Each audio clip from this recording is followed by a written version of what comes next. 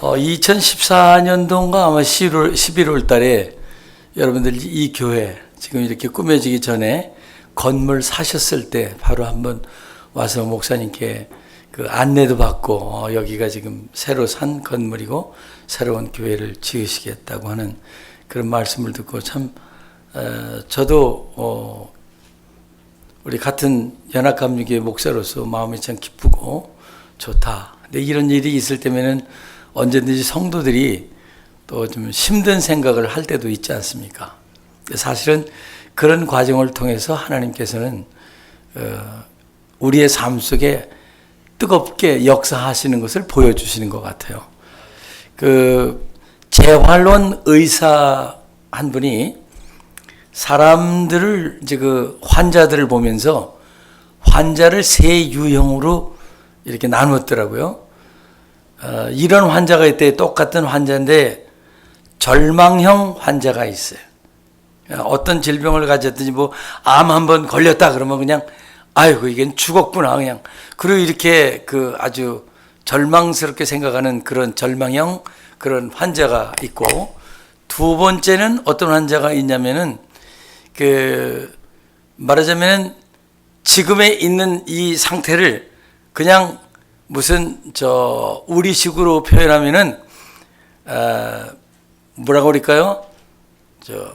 그냥 흘러가는 그런 생활 속의 운명 이렇게 생각하는, 그래서 그 안주형이라고 그러더라고요. 안주형, 안주형 그런 환자가 있다고 합니다. 그래서 그냥 팔자소관으로 돌려버리는, 팔자가 있어서 질병이 걸렸나요? 사실은 이런 사람들은 참 힘든 거죠. 근데 그래도 더 좀 적극적인 사람이 있는데 소망형, 희망형 환자가 있다는 거예요. 그러니까 이런 희망형 환자들은 치료하기도 좋고 재활도 빨리 된다는 거예요. 여러분들 알아들으실 분은 알아들으세요. 무슨 질병이 있으면 앞에 두 가지 형은 잊어버리시고 언제나 하나님이 함께 하시면 할 수 있다. 하나님이 너와 동행하시면 고칠 수 있다. 날 수 있다. 좀 그런 마음을 가지고 살아가시는 게 얼마나 좋겠어요. 아멘입니까? 네, 여러분들 그러실 줄 믿습니다. 성전 건축이 어려운 것 같지만 하면 하나님이 함께 하시면 할 수 있다. 그렇죠? 네, 우리 할 수 있다. 그런 믿음을 가지고 감당해야 되지 않겠습니까? 인생을 보는 것도 마찬가지라고 그래요. 그래서 우리 인생은 살아가면서 떠야 될 세 가지 눈이 있다고 어떤 철학자는 지적을 했는데, 첫째는 나를 지으신 그 하나님께 향한 수직적인 눈, 하나님을 바로 바라볼 수 있는 그런 수직적인 눈이 띄어져야 되고, 두 번째는 자기가 살면서 이 땅에서 어떤 모습으로 살아가야 되는가, 이웃을 보고 내 주위를 보고 내가 해야 될 일이 무엇인지를 볼 수 있는 수평적인 눈이 띄어져야 된다. 그 다음에 세 번째는 자기의 내면을 언제나 들여다보는, 제가 보니까 신앙생활 하시는 분들이 과거에 내가 신앙생활 잘못했던 건 생각하지 않고 지금 잠깐 은혜 받아서 팔짝팔짝하고 뭐 좀 이렇게 은혜 생활 있으니까 과거 생활은 쫙 잊어버리고 지금 은혜 생활 잘못하는 사람 판단하는 데 바쁜 사람들이 있어요. 설교를 들어도 이거는 조집사고 이거는 최집사고 이거는 정집사가 들어야 될 거 이렇게 퍼냉기는 분이 있다고 그래요. 근데 사실은 우리들은 정말 내 내면을 또 들여다 봐야 되잖아요. 그러니까 성도들은, 저는 이 남부 플로리다 교회를 이렇게 생각하면서 바로 이런 면에서 좀 생각을 했어요. 하나님을 정말 바라보는 수직적인 눈이 열리고 이 지역사회에서 남부 플로리다 교회에게 하나님이 주신 사명이 무엇인 것을 깊이 아는 성도들이기 때문에 주변을 바라보면서 우리가 해야 될 수평적인 눈을 바로 뜨고 어떻게 우리들이 여기에서 하나님의 사명을 감당할 것인가, 이거를 바로 보는 눈들을 가지고 계신 여러분들이시기에 이 귀한 사역을 감당하시고 계시다고 저는 그렇게 믿어요. 아멘 소리가 거긴 작으네요. 아멘이죠. 여러분들, 바로 우리들이 하나님께 향한 수직적인 눈과 세상을 바라보는 수평적인 눈과 역사를 바라보는 수평적인 눈과 우리들 내면을 바라보는 그 내면적인 눈이 열려 있기 때문에 이 땅에서 하나님의 귀한 역사를 감당해 가는 것 아니겠습니까? 이것 없으면 못해요. 오늘 우리가 읽은 성경 말씀을 보면은요, 이 다윗이 가졌던 특별한 마음을 우리에게 주십니다. 그러니까 현대 문명 속에서 바쁘게 움직여가는 우리들에게 이 도전을 주시는 말씀이 이 말씀이라고 저는 그렇게 믿어요. 이게 다윗이 하나님의 백성들을 리드해가면서 어떻게 이 백성들의 미래를 이끌어갈 것인가, 그런 비전을 가지고 있던 사람이 다윗이었거든요. 근데 오늘 성경 말씀에 보면은 그렇게 시작을 해요. 여호와께서 주위의 모든 원수를 무찌르사 왕으로 궁에 평안히 살게 하신 때에. 자, 여러분 한번 우리 이민 생활 하시면서 여러분들이 지나왔던 그런 생활들을 한번 이렇게 생각해 보시기 바랍니다. 내가 이민 생활 처음 여기서 시작을 할 때 그때 나의 삶이 어땠던가? 저는 어느덧 보니까 39년이라는 세월이 지났어요. 미국 땅에 30살에 왔습니다. 제가 올해 69세인데 얼마 안 먹었죠, 나이? 얼마 안 됐잖아요. 69밖에 안 됐으니까. 그런데 벌써 39년이 지났어요. 한국 땅에서 산 날수보다 여기서 산 날수가 더 많아졌습니다. 지나온 나날들을 살펴보니 작은 교회에서 사역을 할 그때부터 하나님께서 저를 사용하시고 여기까지 이르게 하신 그걸 생각해 보니까 하나님의 은혜밖에는 생각이 안 나요. 그런데 우리가 이민 생활하면서 그렇지 못할 때가 너무나 많죠. 이 다윗이 우리에게 주는 그 도전은 바로 그것입니다. 왕으로서 평안히 왕궁에 구할 그때에 이 다윗이 하나님을 생각했다는 이것이 너무나 감격스러운 거예요. 여러분들이 4칸짜리 방에, 아니 아파트에서 있을 때에는 하나님께 기도를 많이 하다가 혹시 새집 짓고 편안하게 살 때 기도 덜하게 되신 거 아니에요? 반성해 보세요. 내면을 살피는 눈이 있으면 그것도 볼 수 있습니다.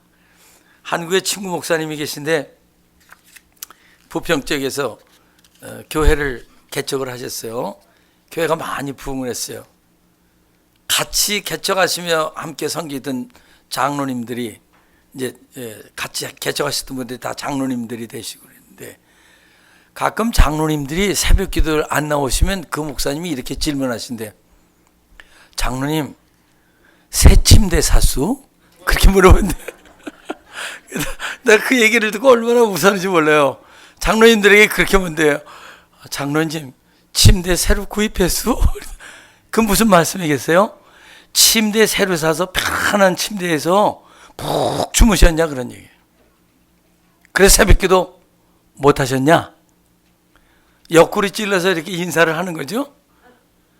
여러분, 우리가 편안히 거할 때, 평안해질 때 하나님을 생각할 수 있는가? 이게 다윗이 우리에게 주는 하나의 챌린지죠. 하나님을 잊어버리기 가장 쉬운 때, 제가 이민 오신 성도님들을 가방을 들고 공항에서 픽업을 해서, 빨리 공항에서 픽업을 해야 저희 교회 교인이 되시잖아. 예?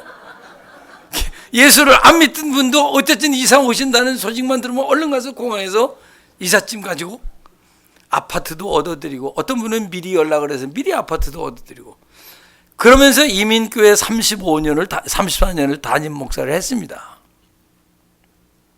가방을 내려놓고 완배들만 아파트에 탕 내려놓으면서, 목사님, 이렇게 낯설고 물서른데 언어도 하나 안 통하는데 전화 하나도 못 놓잖아요.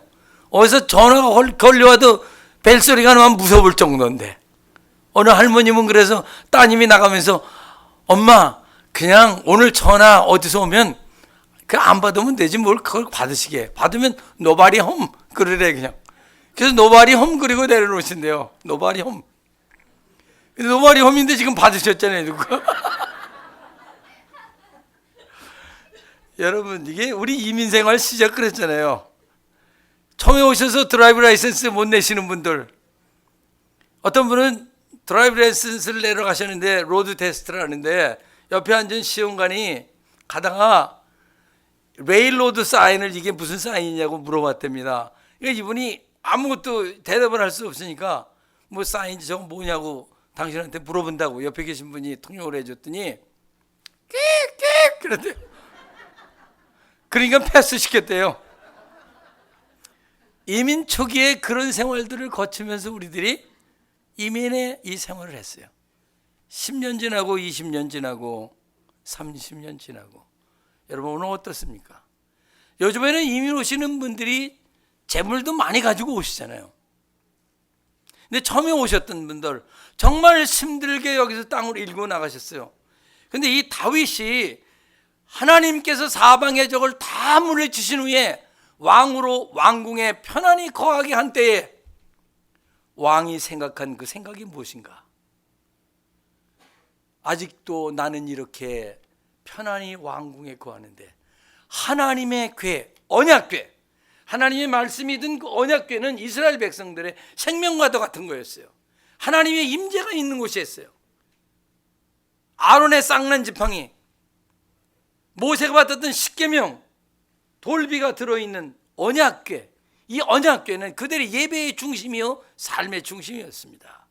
근데 그 언약궤는 아직도 저 휘장 가운데 있구나. 근데 오늘 아침에는 제가 이게 성경 곳을 잘못 줘서 6장도 읽었어요.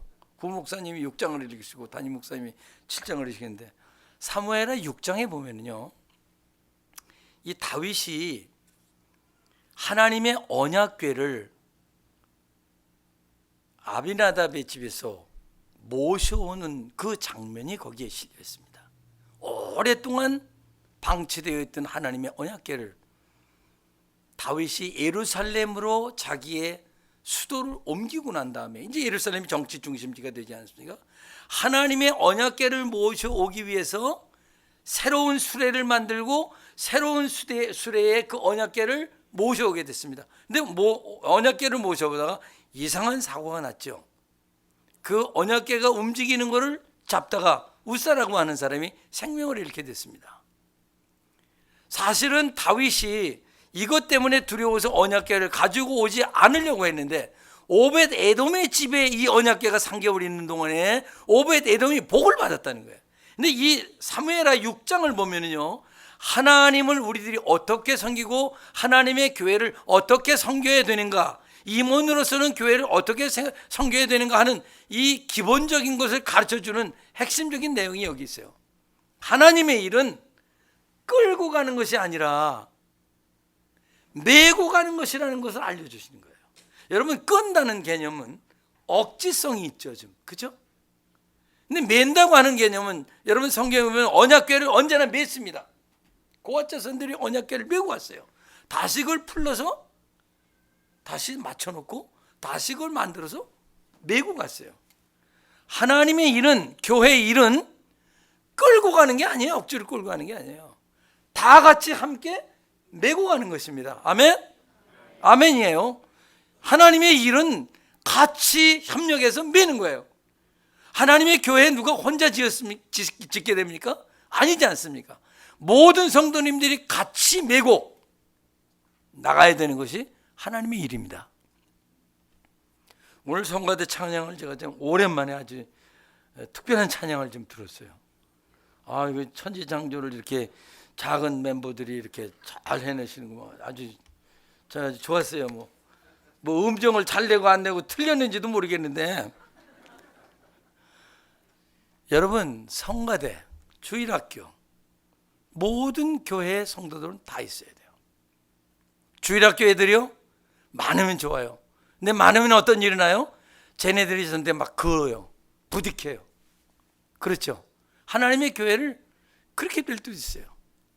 제가 어느 날 우리 교회 교육관을 갔더니 조그만 아이 하나가, 왜 조그만 아이인지 중등부인지 모르겠어요. 스펀지 붙은 이 의자를 껍질을 벗기고 스펀지를 빨기빨기 찢어서 이렇게 쌓아놨더라고요. 이렇게 그 앞에다.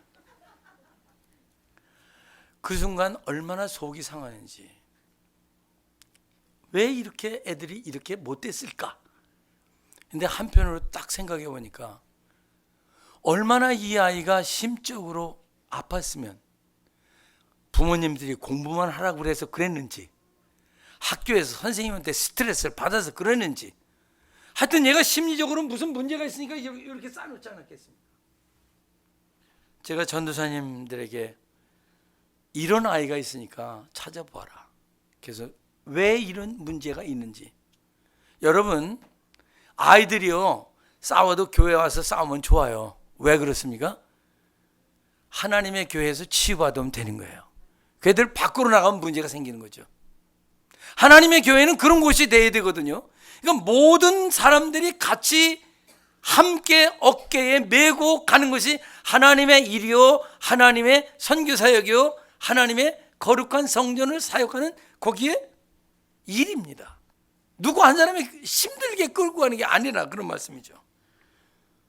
사방의 대적을 무찌른 왕이 왕궁에 편히 거할 때, 이민생활 30년 잘하고 잘 살게 되었을 때 내가 무슨 생각을 했는가 한번 반성해 보세요.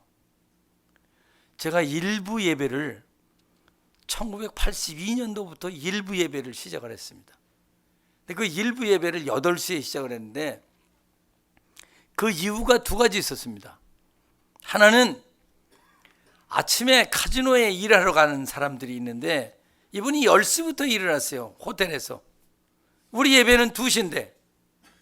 근데 이 중에는 과거에 신실하게 신앙생활 했던 집사님들, 권사님들, 장로님 자제분들, 권사님 자제분들, 이런 사람들이 있는데 직장 때문에 갈 수밖에 없는 거죠.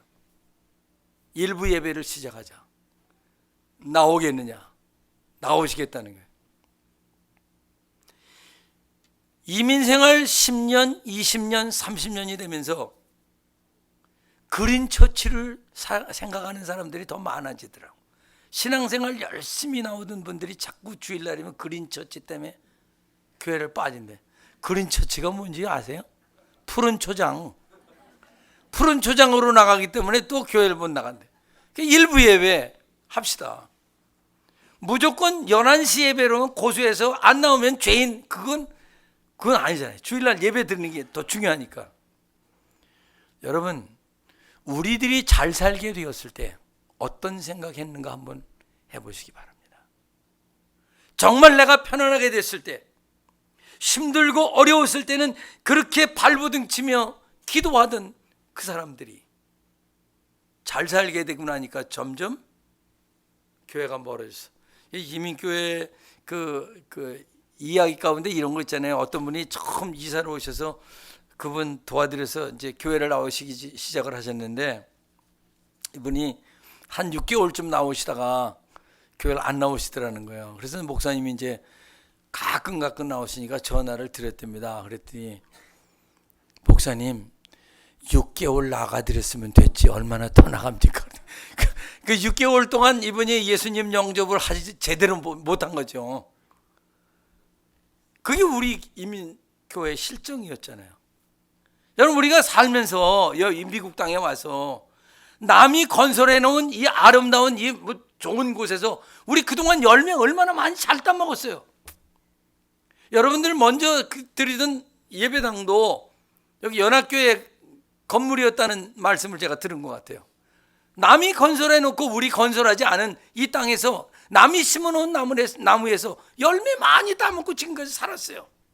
그럼 우리도 다음 세대가 올 수 있을 때까지, 다음 세대가 쓰든 우리 자녀들이 쓰든 누가든, 이 교회를 저도 은퇴하기 전에 건축을 이제 4차 증축을 할 그런 단계, 뭡니까, 그 플랜을 다 하고 있었어요. 근데 2007년도에 디트로이트에 자동차 산업이 이렇게 하향되게 되지 않습니까? 그래서 2007년도에 하기로 하던 그 건축 계획을 하지 못하고 그냥 미뤘습니다. 근데 2010년도가 되면서 다시 회복이 됐어요.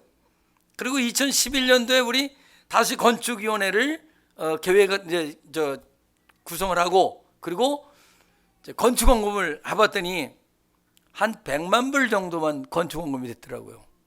그래도 건축을 하려면 그때 당시로 해도 250만 불 이상은 들어야 될 텐데, 저는 가지고 있던 비전이 여기에 우리 EM 생츄어리 하나를 지어주면은 얼마나 이 우리 세컨 제너레이션들이 발전을 하면서 멀티 에트닉으로 이 교회를 성장시켜 나갈 수 있을 터인데 하는 마음이 저에게는 아주 마음에 가득 있었어요. 또 EM도 많이 그만큼 모이고. 근데 여러분 여기 1세들 많이 계시겠습니다. 1세 되시는 분들이 많이 마음을 안 여시는 것 같아요. 문을. 우리가 예배 드릴 것도 아니고 우리 후세들이 쓸지도 않을 것이고 우리 아들들은 다 나가 있고 우리 자녀들은 멀리가 있고 아마 그런 여러 가지 복합적인 생각들이 있었겠죠. 근데 많이 헌신들을 안 하시는 것 같아요. 사실은 담임 목사로서는 조금 디스커리지도 했지만, 그러나 이미 그래도 건축위원회를 구성하고 건축도 건축원금도 그만큼 모아놓고, 제가 이제 은퇴를 하고 지금 3년이 좀 지났는데 이제 건축을 또 장 목사님 가셔서 잘 지금 건축을 시작을 하셔서 올 초부터 6월부터 시작을 하셨는데 11월이면 마쳐진다 그래요. 제가 11월 달에 이제 헌당 예배를 드리신다고 해서 초청을 받았는데요. 여러분, 제가 참 기쁜 소식을 들은 건 우리 2세 EM권에서도 10만 불씩 건축원금을 한 사람이 2사람이나 나왔대요. 할렐루야. 남의 교회지만 좀 감사와 아멘 좀 해주셔야지. EM 생초리를 한 300석을 지는데 거의 다 지었다고 해요. 그들이 원하는 그런 스타일로. 여러분, 우리도 남이 심어놓은 나무에서의 열매를 먹었다면 우리도 언젠간 누가 쓰든지 우리 세대에 쓸 만큼 쓰고, 저는 그런 마음이 있었어요. 만일 EM이 성장해서 어른들 1세가 줄어들면 우리하고 본당 바꾸자. 본당은 한 700석이 넘으니까 바꾸자. 그런 각오를 가지고 EM들이 쓸 수 있는 그런 본당이 지어졌으면. 근데 어쨌든 저는요, 이미 그것이 다 지은 걸 설계도 하고 있었고 그때 설계도 많이 했었고 다 보고 있는 거 지어진 거기 때문에 저는 아주 얼마나 감사한지 알 수 없어요. 왜냐하면 비전은 이루어진다. 아멘. 여러분들이 가지신 비전은 이루어질 것입니다. 다윗이 위대한 건, 우리들에게 도전을 주는 건 바로 그것입니다. 일국의 왕으로서 편안히 있을 수 있을 때에 하나님의 언약궤가 하나님께 예배드려서 기쁨을 누려야 되는 것이, 그 언약궤가 휘장 가운데 있는데 나는 아직도 이 왕궁에서 살고 있으니 내가 얼마나 부족한 사람인가 하는 걸 자기 스스로 깨달았다는 거죠. 우리에게 도전이잖아요. 좋은 것만을 우리가 선호하면서도 하나님께는 그런 것을 차마 못 드리는 그런 때가 우리에게 많이 있습니다. 다윗 왕이 우리에게 보여주는 아주 귀한 교훈 또 하나가 있습니다. 그건 뭐냐면요, 하나님께서 다윗에게 너는 피를 많이 흘렸어.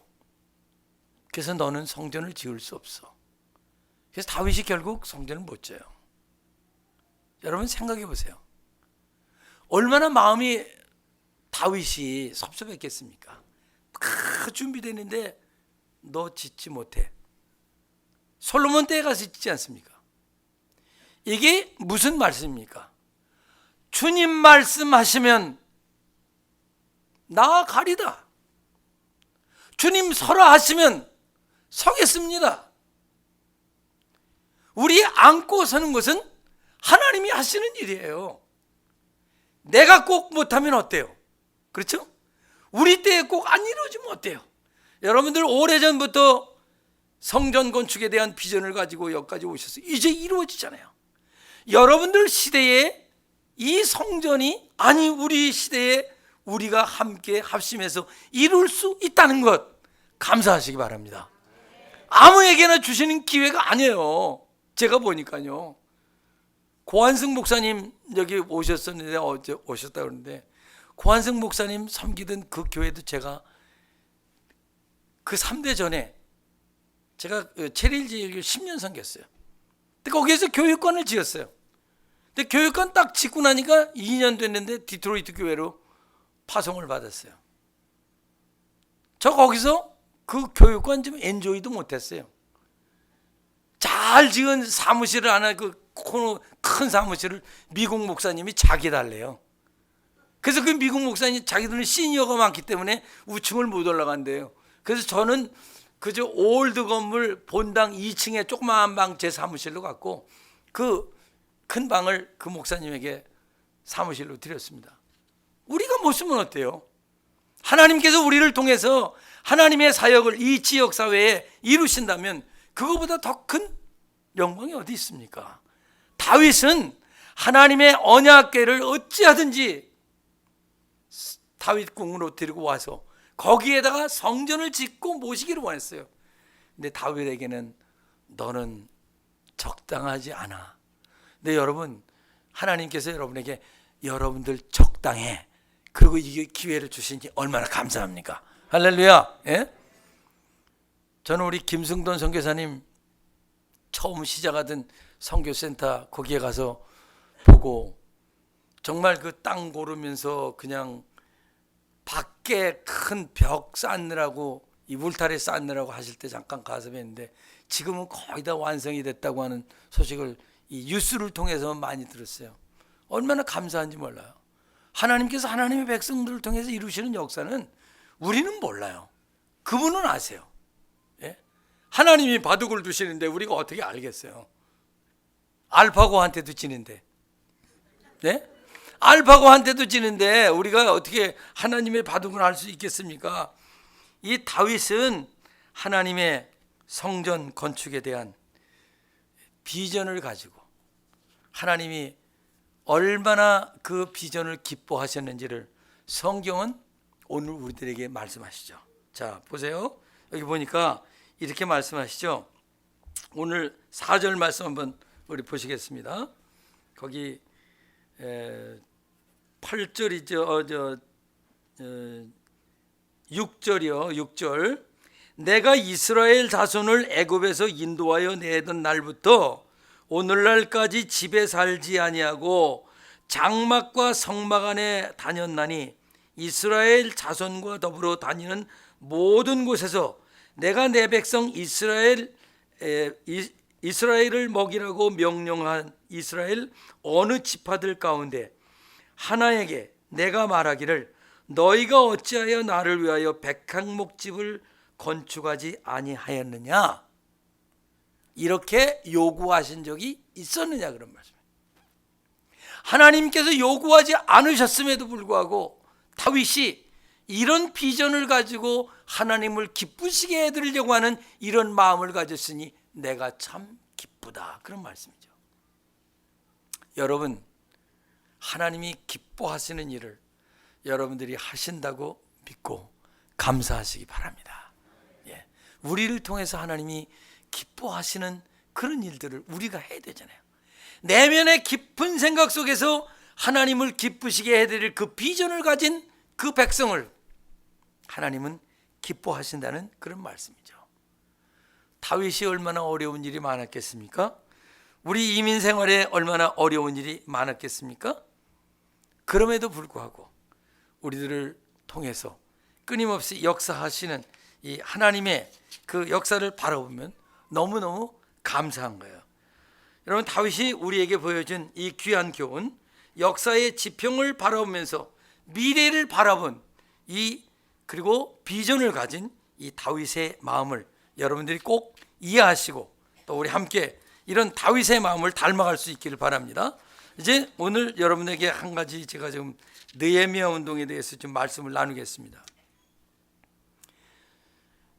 우리가 역사를 보는 그런 지평의 눈이 열리면은 이 교회를 통해서 이 지역 사회에 어떻게 복음을 펼쳐갈 수 있을까 하는 것을 생각할 수 있는 것처럼, 지금 한인 이민 교회들을 바라보면요, 연합 감리교회만이 아니라 전체적으로 이민 교회들이 이렇게 다운되는 현상인 것을 볼 수 있어요. 그 왜 그러냐면요, 이민자가 안 들어오지 않습니까? 그거는 고사하고 역이민자가 생기지 않습니까? 65세 이상 되시는 분들은 이중 국적을 취득할 수 있다고 하는 그것이 되니까, 한국에 가시면은 이중 국적 가진 분들은 좋거든요. 보험도 좋죠. 그다음에 전철 타시면 그냥 다 그냥 대중교통 거의 공짜로 다니시잖아요. 무료로 다니시잖아요. 그러니까 그런 여러 가지 조건에서, 여기에서 조건이 안 좋으신 분들은 이제는 역이민을 가시는 분도 생기세요. 그러다 보니까 이민 숫자는 적고 교회 숫자는 그대로 있고, 이 교회가 성장할 수 있는 가능성이 너무나 없습니다. 제가 중서부 지역에 그 선교감리사를 섬기면서, 여러분들 정말 특별한 교회예요. 아주 감사하셔야 돼요. 제가 오늘도 1부에도 그런데 2부에 성가대도 그렇지만, 여기 여러분 성도님들도 보니까 머리 하얗신 분들이 이렇게 많지 않으셔요. 다 물들이고 오신 거예요? 대부분의 교회를 가보면 성가대 수가 적든지, 계셔도 머리가 허연 분들이 서 계시든지, 근데 여기 보니까 다 까매. 그리고 얼굴이 다 젊으셔. 나 오늘 이게 천지창조 하시는 거 보고, 이 남자분들 테너 베이스 이거 솔로 하시는 걸 보고, 야, 이게 남부 플로리다 교회 소망이 있는 교회네. 이런 때 좀 아멘 좀 나와야죠. 정말 소망이 있는 거예요. 여러분들 에버리지 연령이 정말 젊으세요. 이민 교회들 보면은 대개 에버리지 연령들이 막 60, 65세가 넘은 교회들이 많아요. 그리고 한 100여 명 정도에서 안정되게 섬기던 그런 교회들이, 은퇴하신 분들이 다른 곳으로 가고 보면 3분의 1로 떨어지고 반으로 떨어지고. 근데 여러분 분명히 아셔야 될 건요, 이젠 미국 연합 감리교회도요, 더 이상 작은 교회들을 이렇게 계속 이렇게 아이들 돌보시고 베이비시터 하는 식으로 계속 이렇게 뒷바라지 하시려고 하는 게 아니에요. 미국 연합 감리교회도 많이 숫자가 줄었잖아요. 전반적으로. 그리고 재정도 줄었잖아요. 그러다 보니까 에트닉 처치들이 지속적으로 선교 헌금을 오래 받아야 된다 생각을 하면요, 제일 먼저 캐비넷에서 생각하는 게 뭐겠습니까? 어떻게 하면 이 교회를 클로즈할까? 그게 지금 현실이에요. 근데 우리가 그거를 대안을 하지 않고 있으면 안 돼요. 물론 큰 교회들은 큰 교회들대로 우린 괜찮으니까 괜찮다 이렇게 지낼지 모르지만, 우리가 다 연도에 있는 교회들인데 연약한 교회들을 30명 되고 40명 돼서 그냥 문 닫으면 그냥 문 닫으라고 두실 거예요? 우리 자식, 우리 가족들인데 우리들이 또 돌봐야 될 거 아니에요. 이 느헤미야 운동은 무슨 운동이냐면요, 우리 한인연합 감리교회 성도님들이 한 달에 10불 헌금, 선교헌금으로 들여서, 국외 선교는 많이 하지만 국내에 있는 연약한 교회들을 살리자, 작은 교회들 좀 돕자, 그리고 개척하는 교회 돕자. 그래서 이 느헤미야 운동을 통해서 지금 개척하는 교회들은 개척할 때 우리가 10,000불을 일시불로 서포트 했는데요, 지금까지 한 15교회를 우리가 그래도 계속 서포트 했습니다. 그동안 여러분 잘 모르셨죠, 이런 운동을. 1불 천교회 운동이라고 그래서 1불 선교 운동을 했었습니다. 근데 사실은 이 1불 선교 헌금보다는 한 달에 10불, 작은 것 같지만 우리 개미군단으로 해서, 우리가 한인연합감리교회 성도님들이 지금 한 근 4만여 명, 3만 7천 명이라고 그러는데, 10,000명만 만일 여기에 헌신하는 그런 멤버들을 모으면 1년에 120만 불이 우리들이 약한 교회 교육자들, 약한 교회 교육자들 건강보험이나, 그리고 약한 교회들을 세우는데, 개척하는데 도울 수 있는 개척 헌금으로 쓸 수 있다. 우리가 지금 1차는 5,000명 모집을 하고, 그 다음에 2차로 10,000명 모집을 해서 앞으로 우리 한인연합감리교회의 미래를 우리가 스스로 준비해야 된다. 미연합감리교회에서 4년에 뭐 이렇게 300만 불씩 주는 게 있는데, 그거는 1년에 우리 각 교회들이 쓸 수 있는 게 60만 불 정도도 안 돼요. 그걸 가지고 275개, 300여 교회가 한번 여러분 쓴다고 생각해 보세요. 그 제대로 쓸 수나 있겠습니까? 그 느헤미야 운동이 바로 이것입니다. 하나님께서는 각 시대마다 하나님의 백성들을 세우시고 그 시대를 위해서 일할 수 있도록 우리를 사용하시는 거예요.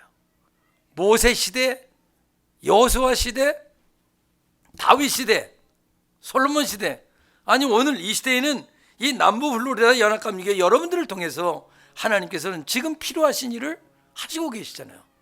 여러분들이 선교 많이 하시는 거 압니다. 여러분들께서 느헤미야 운동에도 적극 참여해 주시고, 사실 여러분들이 기쁨의 언덕으로 그 묵상집을 쓰고 있는데 그것도 우리 느헤미야 운동본부에서 하는 건데요. 이 기쁨의 언덕으로를 한 권씩 우리가 구독하는 그것 자체가 이미 느헤미야 선교 운동에 또 작게나마 간접적으로 참여하시는 거거든요. 그래서 그거를 선교지도 보내고, 저는 우리 이철구 목사님 참 사랑하고, 또 제가 후배 목사님이시면 존경하는 목사님이신데, 참 아주 참 우리 이 목사님 좋은 그런 면을 저에게 한번 보여주셨어요. 목사님, 나는 뭐 이 책이 잘 됐건 안 됐건 그 문제가 아니라 우리 한인연합감리교회에서 만드는 거기 때문에 나는 씁니다. 할렐루야. 예? 좀 이런 뭐가 있어야 되잖아요. 내 취향에 맞춰서 좋은 것만 쓴다는 것이 아니라 우리가 지금 함께하는 그를 위해서 협력하는 모습도 있어야 되잖아요.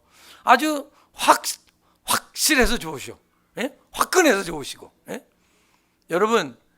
여러분께서 이 시대에 이 교회를 하나님께서 짓도록 하신 것을 감사하시고, 이런 마음을 가지신 하나님께서는 결코 공짜가 없으세요. 한번 저 따라해서 해보시겠어요? 하나님은 절대로 공짜가 없으시다. 자, 우리 한번 그 말씀을 생각하시면서 8절 9절 한번 우리 같이 읽어보시겠습니다. 8절과 9절이요. 시작. 그러므로 이제 내 종 다윗에게 이와 같이 말하라. 만군의 여호와께서 이와 같이 말씀하시기를, 내가 너를 목자장 곧 양을 따르는 데서 데려다가 내 백성 이스라엘의 주권자로 삼고, 내가 가는 모든 곳에서 내가 너와 함께 있어 내 모든 원수를 내 앞에서 멸하였은즉 땅에서 위대한 자들의 이와 같이 내 이름을 위대하게 만들어 주리라. 내 이름을 위대하게 만들어 주리라. 남부 플로리다 연합감리교회 이름을 위대하게 만들어 주리라. 여러분들의 이름을 위대하게 만들어 주리라. 하나님의 약속입니다. 하나님께서 우리에게 주신 시대의 직분을, 우리의 주신 사명을 신실하게 감당할 때 하나님은 결코 공짜가 없으셔요. 결코 여러분들을 손해보게 하지 않으세요. 여러분들에게 다윗의 이름을 위대하게 하신 것처럼 여러분들이 이 시대에 이 하나님의 성전을 함께 건축해 가면서 여러분들의 이름이 하나님의 놀라운 축복을 통해서 위대하게 드러나게 될 줄로 믿습니다. 이런 축복 받으시기를 주의 이름으로 축원드립니다. 기도하겠습니다.